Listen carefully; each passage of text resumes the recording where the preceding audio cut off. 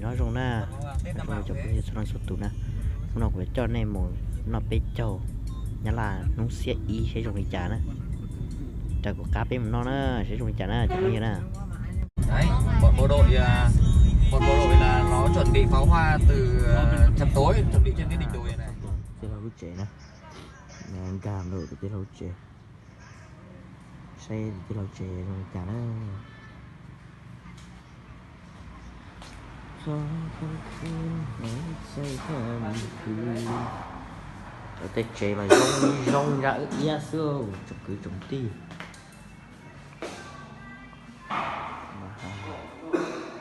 phát chỉ đùa ngon ngon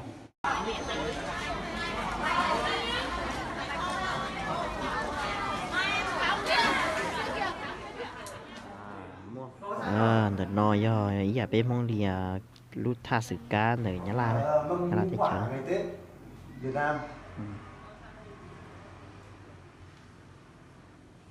Việt Nam thì có cái này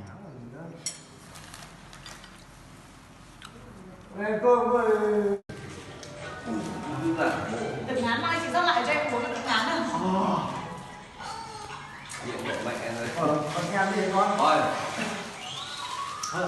em xin phép mọi người nhá hai sơn lên mập nhá em về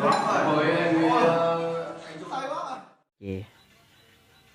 Bây giờ làm một trẻ nè làm một trẻ bây giờ làm nó tụi mình nó bị trâu bị to bị bù bị to bị nè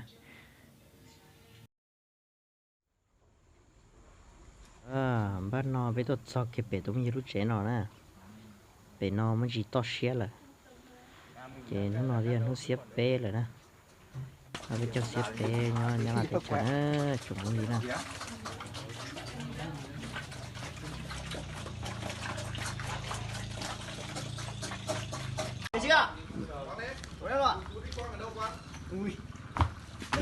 ôi không quăng được tầm đấy đâu đi vào gần hắn quăng hắn đi bọt khun đi ở đây đấy ôi rồi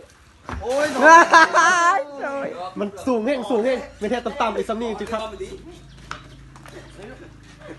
cứ xuống thôi xem trình độ mà hai ông bé chắc trình quang chuẩn đấy rồi Có đá nhá, cẩn thận nhá. Cái đấy không có đâu. thôi nước không đến 2 mét đâu đấy tầm này thôi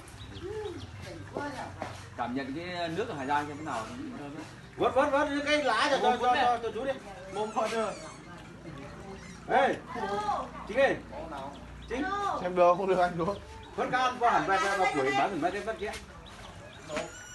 đúng là bạn to cơ Chúng ta lại thử đấy. không được đâu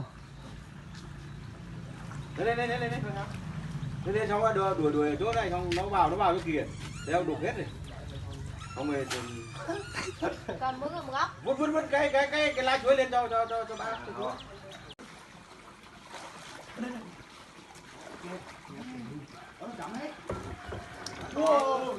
cẩn trọng không có bé bé còn quả to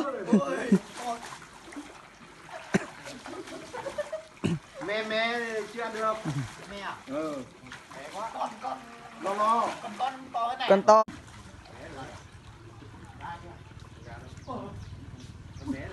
เข้าไปคุงของร้านดิจ๋ว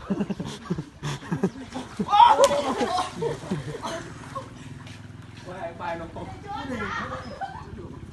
quất Thay áo đã. nó hay đâm vào nách đâm vào nách nó đâm vào móng đấy được chưa để thôi bé nhớ thôi thì được quất vào quất chi mà làm con nộp vào đấy ôi này thôi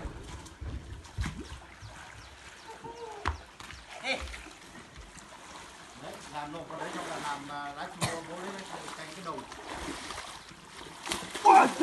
เข้าอยู่แล้วครับ Rồi nó ra kia hết rồi.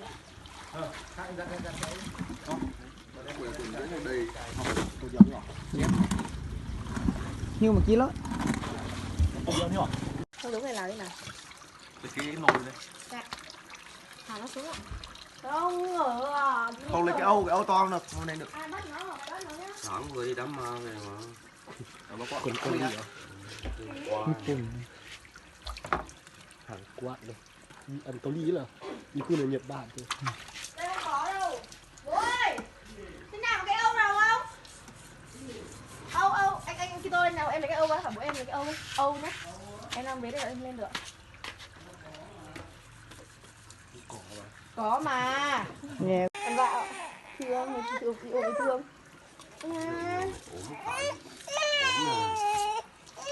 Chị về sớm không?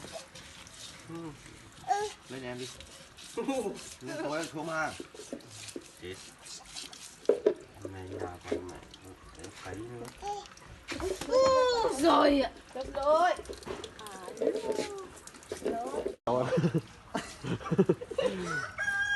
Không biết anh Quang cái từ đấy được á? không có sạc không cả con nào à? Từ đây, từ đây. Nó không qua đâu hết rồi, nó không qua đâu. Ra một thế. Có cần giặt Không có nhưng mà ở nhà mình có 2 nhà mình tắm mà, một nhà tắm một dưới nữa. Có mấy giặt nó. Bảo máy giặt nó cho đâu, con này hấp này. Có mấy giặt đi. Quấn nào, nếu mà ngại thì quấn nào. Xin ôm. Máy à? Ông.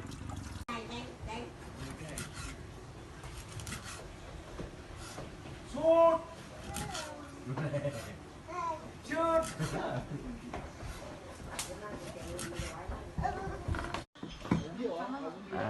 Nó mỏ nó sụp kìa nè. Anh chị đó. Nó biết châu đây. Anh nhớ là Lại biết chụp châu. mẹ à, họ cười là chết đấy nhá. Chị chúng con việc giờ đó thì con việc chị đã tuyệt thủ nè xuống chắp lời đi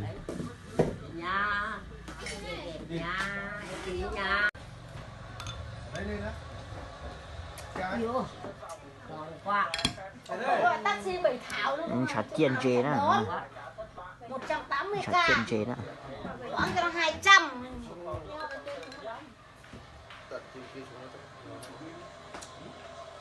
Con ăn.